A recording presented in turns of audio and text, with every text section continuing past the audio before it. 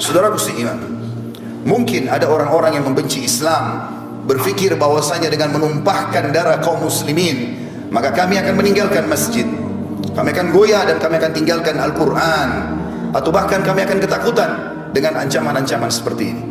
Demi Allah, dari atas mimbar ini kami sampaikan bahwasanya kaum muslimin begitu tertumpah darah para syuhada tidak menambah kecuali keberanian pada mereka, tidak akan menambah kecuali semangat kami memenuhi masjid, tidak akan menambah kecuali kami kembali kepada kitabullah Al-Quran, dan kami makin yakin dengan janji Allah subhanahu wa ta'ala. Saudaraku seiman, mungkin sebagian keluarga korban bersedih, bukan hanya sekitar di New Zealand. Beberapa waktu lalu kita lihat pembantaian umat Islam secara massal, dibakar di Myanmar, di Cina, berapa banyak korban di Palestina, dan sebelumnya Sarajevo dan beberapa wilayah-wilayah yang lain. Mungkin di mata sebagian keluarga mereka sedih, tapi di mata kami yang sudah memahami secara hukum syar'i, ini berita gembira. Allah subhanahu wa ta'ala memilih para syuhada. Selalu dalam sejarah, kata para ulama, peperangan jihad yang benar sesuai dengan Al-Quran dan Sunnah, dari zaman Nabi alaihi salatu wassalam, perang Badar, perang Uhud, Fathi Makkah, Hunain, dan peperangan-peperangan yang lain, termasuk akhirnya adalah Tabuk sebelum meninggal Nabi alaihi salatu wassalam. Peperangan dipimpin oleh Khulafaur Rasyidin dan para khulafa yang datang setelahnya, sampai terakhir dinasti Utsmaniyah. Bahkan beberapa wilayah masih bergejolak seperti di Palestina, beberapa tempat yang lain. Semua itu jumlah syuhada jauh lebih sedikit daripada jumlah yang hidup. Karena kata ulama, karena memang Allah memilih siapa yang paling ikhlas, siapa yang paling layak mendapatkan mati syahid itu, maka Allah subhanahu wa ta'ala memilih mereka. Seakan-akan pedang, tombak, anak panah dan peluru memilih siapa yang akan mendapatkan syahadah itu. Di perang Uhud, di perang Badar hanya 60 syuhada dari 314 orang. Di perang Uhud hanya 70 syuhada dari 700 orang, kurang lebih 10% saja, dan seterusnya. Semua peperangan dalam Islam umumnya syuhada lebih sedikit. Kata para ulama, siapapun yang masuk di kancah jihad kemudian memang betul-betul dia niat untuk berperang, maka pastikan dia tidak akan mati kecuali memang dia menginginkan syahadah itu. Meninggalnya Abdullah bin Haram, Amr bin Jamuh, Mus'ab bin Umair, Hamzah bin Abdul Muttalib, dan beberapa sahabat Nabi ridwanullah alaihim di perang Uhud, karena mereka sudah bertekad dari malam harinya, berdoa sepanjang malam tidak tidur, berharap agar esok harinya mereka mati syahid. Orang-orang yang tidak meminta itu, maka tidak akan diberikan oleh Allah subhanahu wa ta'ala. Jadi dari satu sisi mungkin ada keluarga mereka yang merasa bersedih, tapi sisi yang lain kami cemburu melihat mereka karena telah mendapatkan syahadah. Betapa banyak yang Allah janjikan bagi para syuhada akan kita dengarkan pada kesempatan kita kali ini. Namun sebelumnya teman-teman sekalian, kita akan membaca firman Allah subhanahu wa ta'ala yang kekal ditilawakan oleh orang beriman sampai hari kiamat dalam surah Al-Imran ayat 133, dimulai dari situ sampai ayat 150. A'udzubillahi minasyaitonir rajim. Wasari'u ila magfiratin min rabbikum wa jannatin arduha as-samawati wal ard uiddat lil muttaqin. Dan berlomba-lombalah kalian menuju kepada ampunan Tuhan kalian. Kalau punya dosa segera taubat sebelum datang ajal dan menyesal. Dan kejarlah surga yang luasnya seluas langit dan bumi, hanya disediakan untuk orang-orang yang bertakwa. Surga, kata para ulama di sini dikatakan kejarlah. Kata para ulama tafsir, kejar apapun yang bisa membawa kau masuk ke dalam surga, termasuk puncaknya adalah mati syahid di akhir hidup.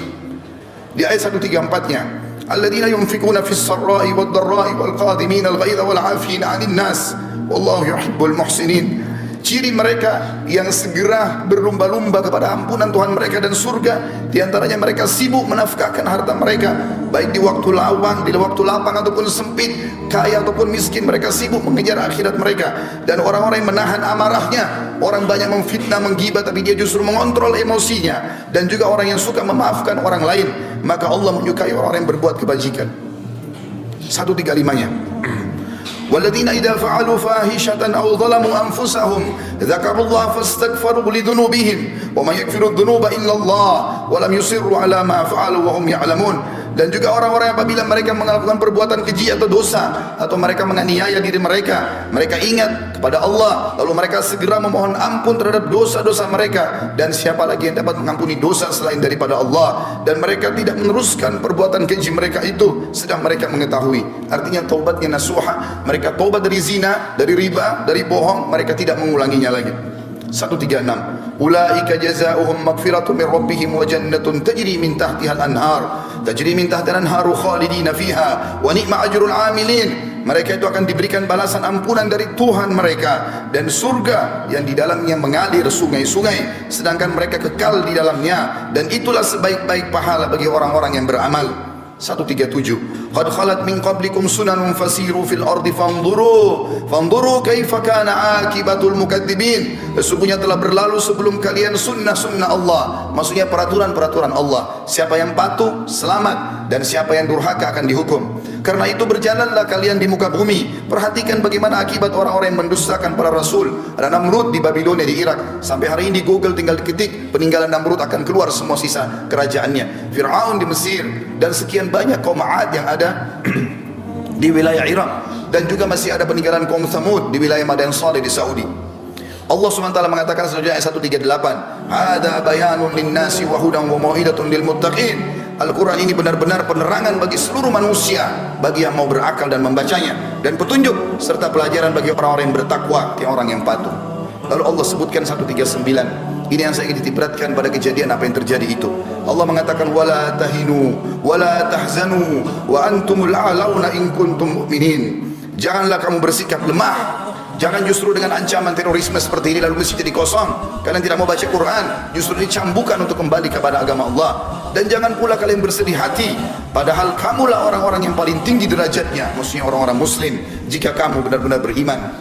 Allah mengatakan 140-nya, iyamsaskum karhun faqad massal qauma karhum mithlu wa tilkal ayyamu nudawiluha bainan nas wa liya'lamallahu alladhina amanu wa yattakhidha minkum syuhada wallahu la yuhibbul zalimin.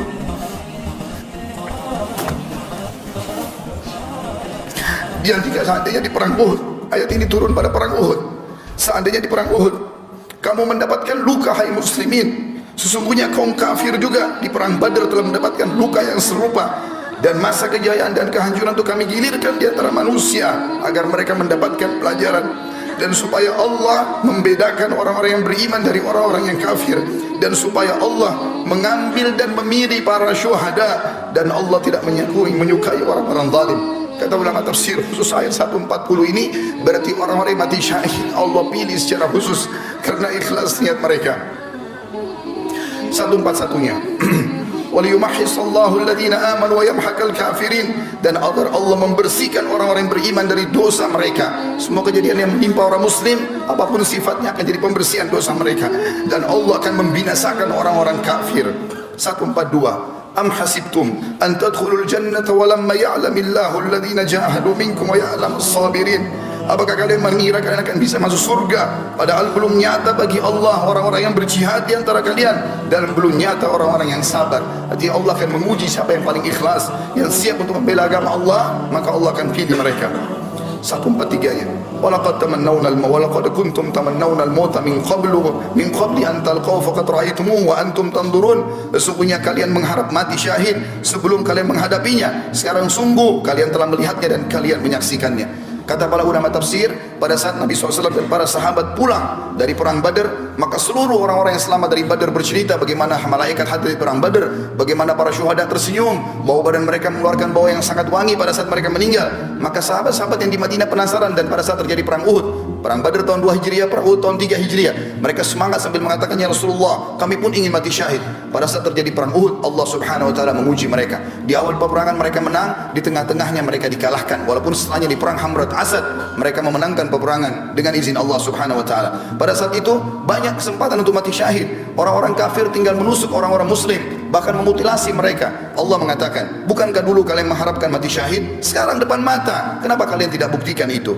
Lalu Allah mengingatkan 144-nya, tidak ada keraguan bagi seorang muslim apa yang dijanjikan oleh Allah dan Rasulnya. Wa ma Muhammadun illa rasulun qad khalat min qablihi ar-rusul afa in mata aw qutila qalabtum ala aqabikum wa man yanqalib ala aqibihi falan yadurrallaha syai'a wa sayajidullahu syakirin. Muhammad itu tidak lain hanyalah seorang utusan Allah. Sungguh telah berlalu sebelumnya beberapa orang utusan. Apakah jika dia wafat dan dibunuh kamu murtad dan kembali ke agama lain?